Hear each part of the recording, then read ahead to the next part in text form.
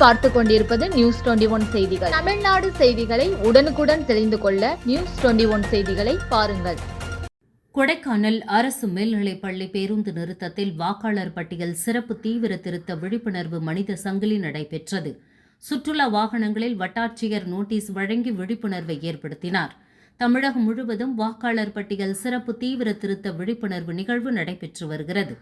இதனையடுத்து திண்டுக்கல் மாவட்டம் கொடைக்கானல் அரசு மேல்நிலைப்பள்ளி பேருந்து நிறுத்தத்தில் வருவாய்த்துறை சார்பில் வாக்காளர் பட்டியல் சிறப்பு தீவிர திருத்தத்திற்கும் பெயர் நீக்குதல், சேர்த்தல், பெயர் திருத்தல், புகைப்படம் மாற்றுதல் உள்ளிட்ட பல்வேறு திருத்தங்கள் குறித்து பொதுமக்களுக்கும் சுற்றுலா பயணிகளுக்கும் விழிப்புணர்வை ஏற்படுத்தும் விதமாக சாலையில் பள்ளி மாணவ மாணவிகள், ஆசிரியர்கள் சுமார் 50க்கும் மேற்பட்டோர் மனித சங்கிலியாக நின்றனர்.